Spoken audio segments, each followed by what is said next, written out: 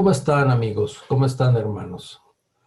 Esta es la segunda entrega de una serie de conferencias sobre la política y los cristianos.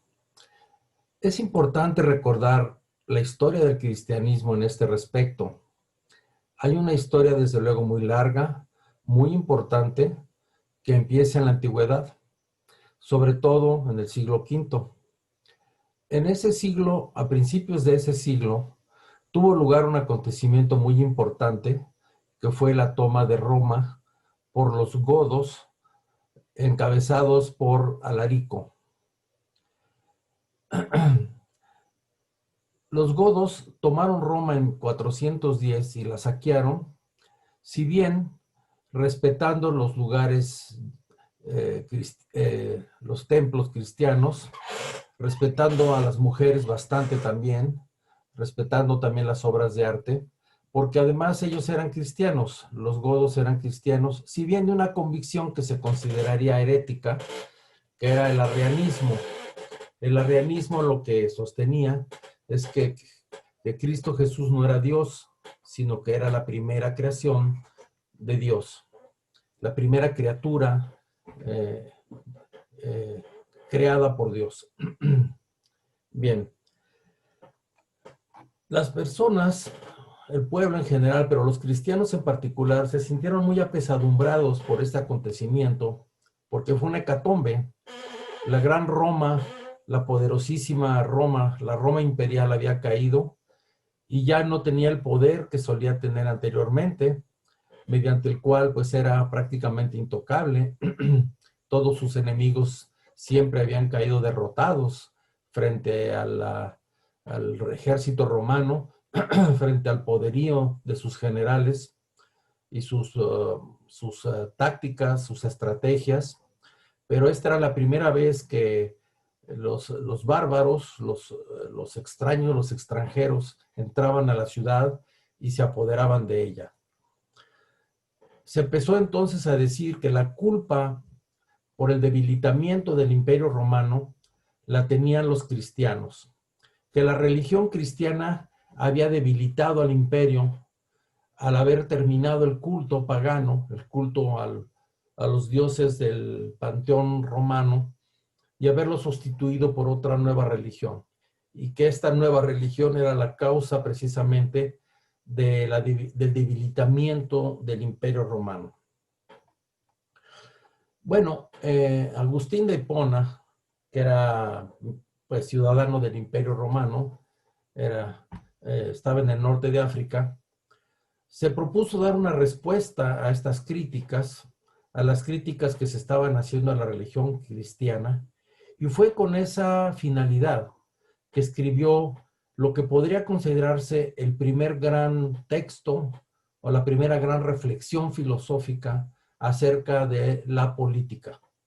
Precisamente su libro La ciudad de Dios, Civitas Dei, como una respuesta a todo lo que se estaba diciendo acerca del cristianismo por la caída de la ciudad de Roma en poder de los godos. Esta obra iba a tener una enorme influencia a lo largo de toda la Edad Media y de hecho iba a influir en la organización del Sacro Imperio Romano Germánico, de las conquistas de Carlomagno y del Renacimiento carolingio, pero sobre todo en la organización del Estado carolingio y su relación con la Iglesia. Entonces va a ser la doctrina predominante hasta finales de la Edad Media, y no podemos hablar de una filosofía política cristiana o de un pensamiento político cristiano o de un Estado que pretende ser cristiano o de una política que pretende ser cristiana sin tomar en cuenta en primerísimo lugar la obra de Agustín. Es importante tener una idea de lo que Agustín enseñaba porque va a ser muy influyente y sigue siendo inclusive influyente hasta la fecha. De manera que convendrá que empecemos pues con una breve explicación de lo que el gran pensador Agustín decía acerca de la política.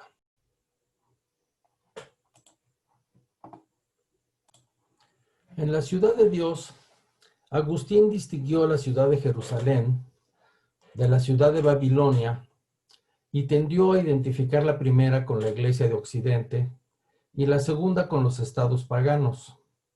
Si bien la distinción no se refiere exactamente a estas entidades políticas realmente existentes, sino que más bien es una distinción espiritual que anuncia la enseñanza que distingue a la Iglesia invisible del mundo.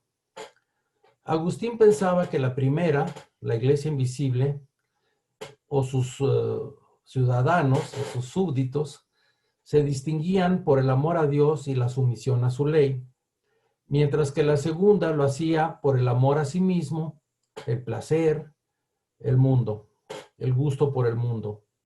Podríamos decir que la primera es la verdadera iglesia de los creyentes, mientras que la segunda está constituida por los incrédulos. La iglesia invisible, decía Agustín, no debe identificarse con la iglesia católica, es decir, la iglesia de ese entonces en Occidente, así como la Babilonia tampoco debe identificarse con el Estado romano.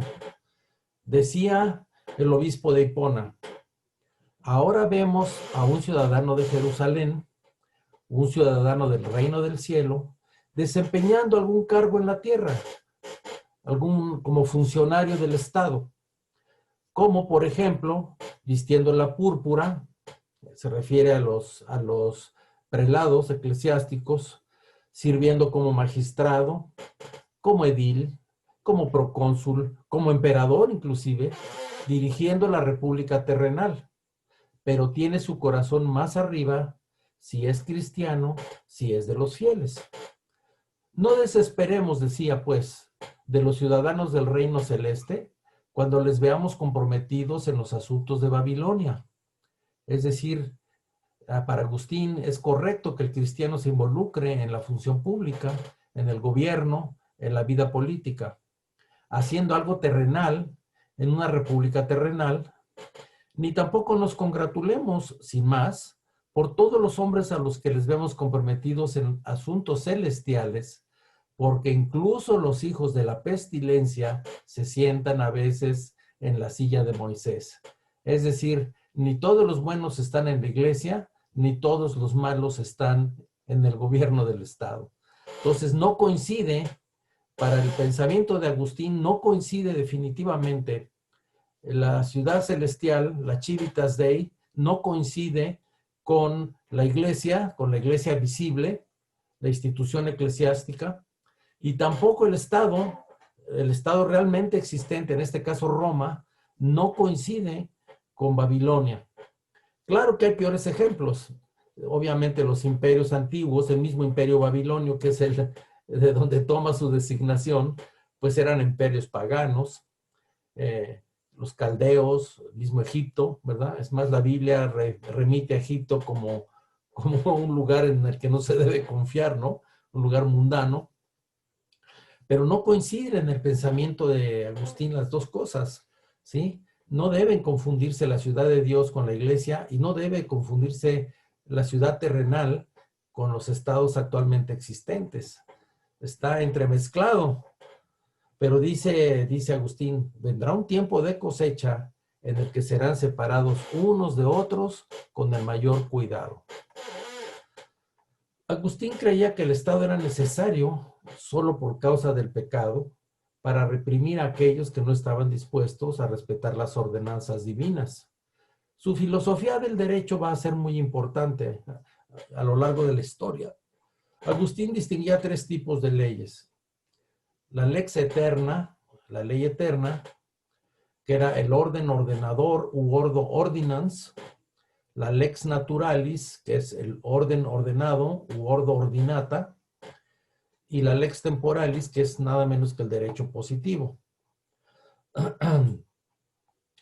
La lex eterna, para Agustín, es un principio eterno contenido en la mente de Dios. Recuerden que Agustín era neoplatónico, entonces él creía que había ideas en la mente de Dios, y la lex eterna, la ley eterna, él concibe pues que es uno de estas ideas o de los contenidos pues que hay en la mente de Dios.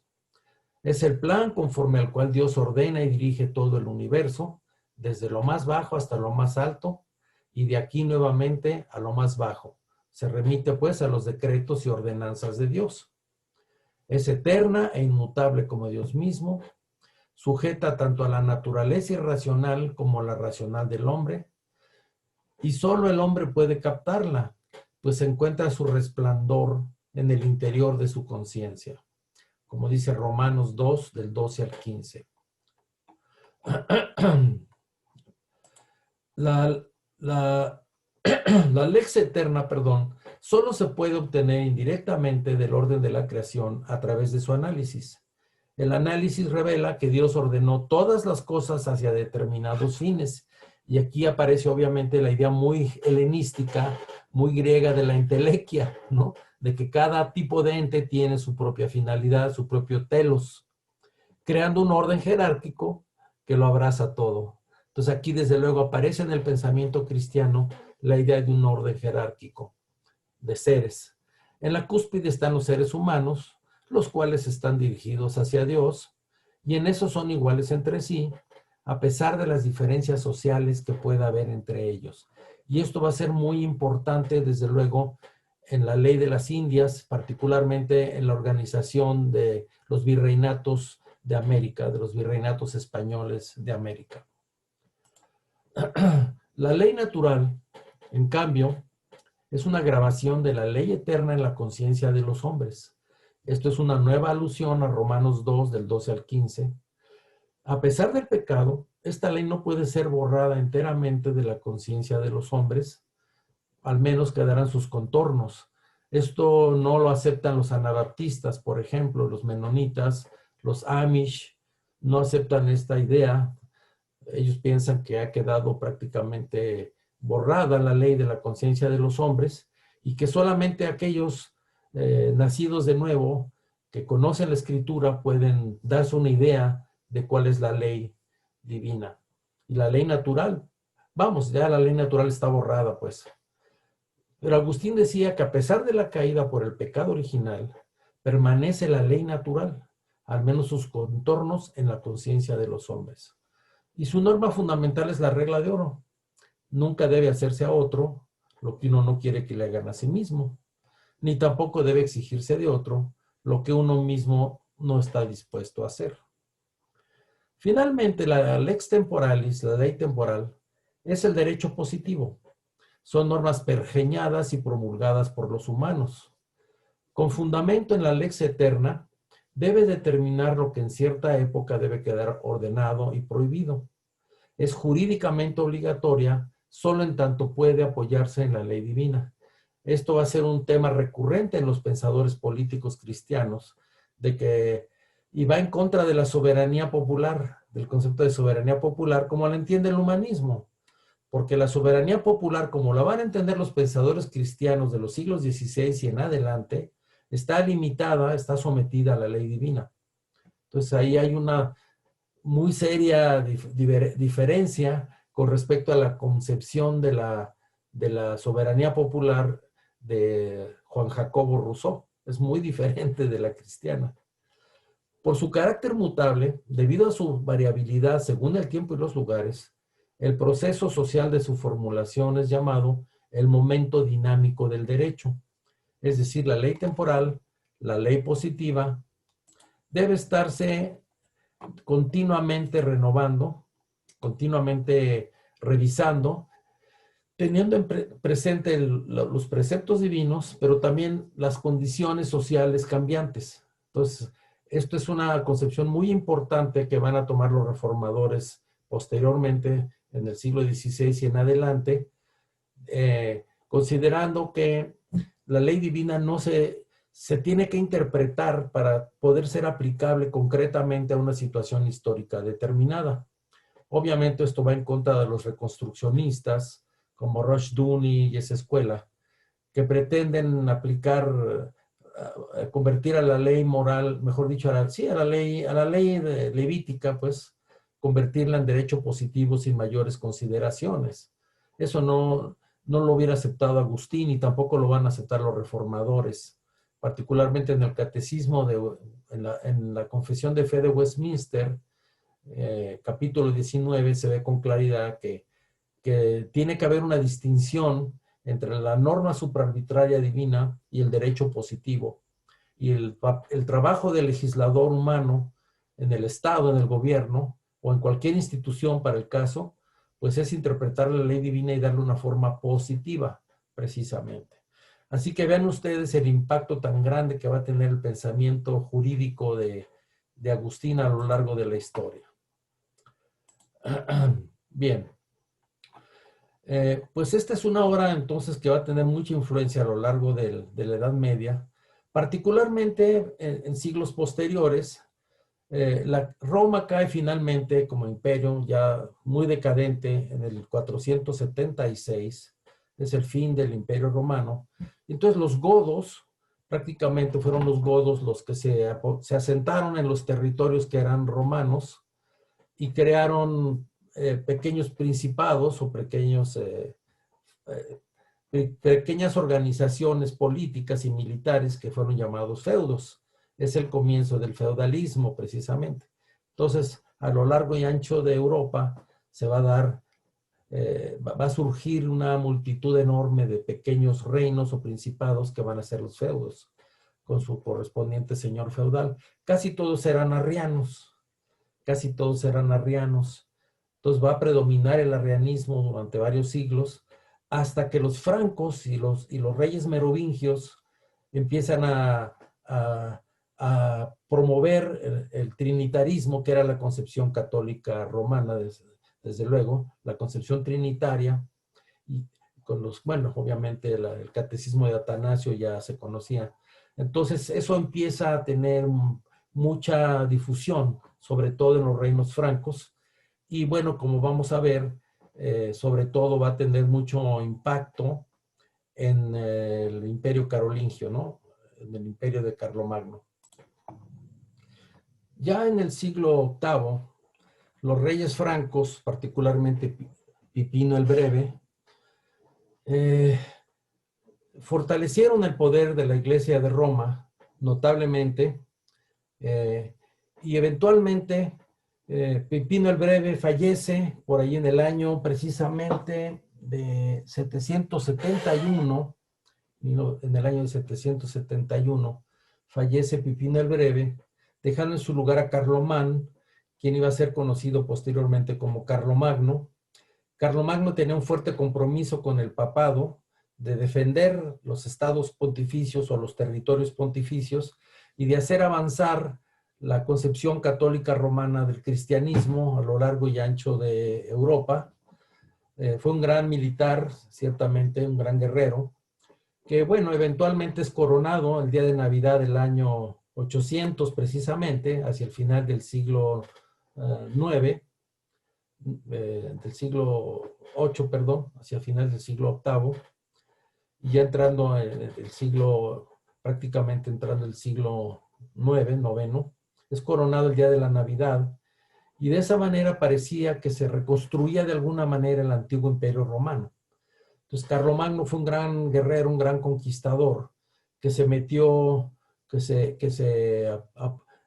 que avanzó mucho en Europa, avanzó hacia España y hacia lo que ahora es Cataluña, e impidió el avance de los musulmanes hacia Francia, hacia lo que iba a ser Francia, y avanzó hacia Sajonia, que era pues una región pagana dominada por el paganismo, una región bárbara. Aquí en México diríamos chichimeca, ¿verdad? Una región germánica, bárbara. Y Carlomagno avanzó hacia el corazón mismo de Sajonia, donde estaba el culto principal de los sajones, donde había una especie de tótem, un árbol sagrado, en donde se hacían los cultos. Llegó Carlomagno con sus fuerzas directamente a destruir el lugar sagrado de los sajones, y empezó entonces la persecución con la espada para forzarlos a aceptar el catolicismo, a adoptar la religión católica. Hubo una gran oposición por parte de un líder de ellos, que fue Vidoquindo, el famoso Vidoquindo, que le hizo la guerra a Carlomagno, hasta que eventualmente el mismo Vidoquindo se convierte al catolicismo, y entonces los sajones se integran ya al imperio de Carlomagno. Entonces fue una cosa excepcional el imperio de Carlomagno, y está basado explícitamente en las enseñanzas de Agustín. Así lo decía él, Carlomagno. No era un hombre muy ilustrado, no era un hombre muy letrado, pero sí tenía una visión muy grande de lo que debía de ser la actividad cultural y el fortalecimiento de la cultura. Entonces, en su corte, bueno, hizo mucho por las iglesias, en todos lados hizo grandes catedrales, hermosas iglesias. Su trono estaba en la ciudad de Agen, Aquisgrán. Todavía está ahí lo que fue su corte, ¿verdad? Su palacio, se puede visitar todavía. Y entonces hizo una gran obra cultural que se conoce como el Renacimiento carolingio, educando al pueblo lo más que se podía. Para él era importante eso, e incluso promovió una reforma del latín para hacerlo una lengua más precisa, más culta, más estructurada. Tuvo grandes consejeros educativos como el monje Alcuino, que era inglés, y entonces se conoce su periodo de reinado como un gran renacimiento cultural en Europa, que bueno, muchos consideran la base de lo que va a ser la Unión Europea, y yo creo que eso es correcto, nada más que los países de la Unión Europea, particularmente Francia, no lo quieren admitir, no aceptaron que eso quedara en la Constitución de la Unión Europea o en los documentos fundadores, pero bueno, es por el odio al cristianismo, básicamente, ¿no? Y al catolicismo en particular, ¿no? Pero es la realidad, esa es la verdad, y así funcionó. De ahí va a surgir el llamado Sacro Imperio Romano Germánico, ya más decadente, hasta que finalmente va a convertirse en un gran imperio, alcanzando su esplendor bajo el reinado de Carlos V. Pero entonces esto quiere decir que las ideas de Agustín, de la ciudad de Dios, son las que van a dar la fundamentación a la estructura del Estado europeo, particularmente del Sacro Imperio Romano Germánico, y esa es la estructura que va a llegar a América. El sistema o la estrategia que siguieron acá los conquistadores fue la misma de Carlomagno en el norte de Europa con los sajones, ¿verdad? Hernán Cortés con sus fuerzas, de hecho convenció a sus aliados, a los que iban a ser sus aliados indígenas, de la superioridad de la religión cristiana, y entonces se aliaron con él, y una de las cosas que hicieron finalmente con la conquista fue destruir todos los templos, incluso poner iglesias encima de ellos, ¿verdad? Porque esa era la táctica de Carlomagno. Entonces, la Nueva España va a ser una expansión, una extensión de lo que fue el Sacro Imperio Romano Germánico. O sea que ese es realmente el origen más profundo de lo que es México. Es Carlomagno, es el Sacro Imperio Romano Germánico. Quizá por eso nos dicen que somos latinos, ¿no? Aunque en realidad no es muy exacto decir eso. Bueno, el español es una lengua romance, ciertamente viene del latín, ¿verdad? Y sí tenemos estos orígenes, ciertamente, son orígenes latinos en el sentido de que el liderazgo cultural de la Edad Media lo va a tener la Iglesia romana y también lo va a tener en la Nueva España y en los virreinatos de América. Así que bueno, eso es importante para entender nuestra política, supongo, ¿no? ¿Verdad? Hay muchas fantasías respecto de lo que fue la conquista de estos territorios, que no era México, porque México no existía, ¿verdad? No existía México. México, el actual México o la Nueva España, pues no es México Tenochtitlán, aunque lleva el mismo nombre, pero en rigor no es eso, es otra cosa totalmente diferente que surge realmente en el imperio de Carlomagno. De ahí viene surgiendo lo que va a ser México eventualmente. De hecho, en la época de Carlos V todavía, los límites del Sacro Imperio Romano Germánico estaban en Querétaro, ¿sí? En Santa Rosa de Jáuregui, Puerto de Aguirre, que ahora es la salida hacia el norte, hacia San Luis Potosí. Esos eran los linderos del Sacro Imperio Romano Germánico, en la época de Carlos V, después de la conquista de México Tenochtitlán. Y entonces, de ahí hacia el norte, pues era tierra bárbara, era la tierra de los llamados chichimecas, o germani, podríamos decir, ¿verdad? Que eran nómadas, cazadores, tremendos guerreros, una gente muy ágil, muy capaz en el tiro con el arco, pero que no tenían una gran civilización como si la tuvieron los mexicas, los toltecas o los mayas, sino que eran nómadas del desierto. Entonces, bueno, eso es parte de la misma historia que viene del Sacro Imperio Romano Germánico. Si no, no entendemos nuestras raíces, de dónde venimos. Y por tanto, la política, hasta por lo menos mediados del siglo XVIII, cuando empiezan las reformas borbónicas, pues es la misma del Sacro Imperio Romano Germánico.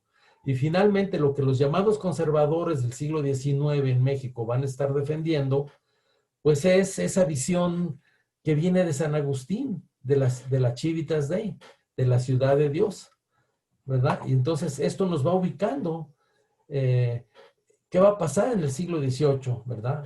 Pero bueno, esa es precisamente pues otra historia.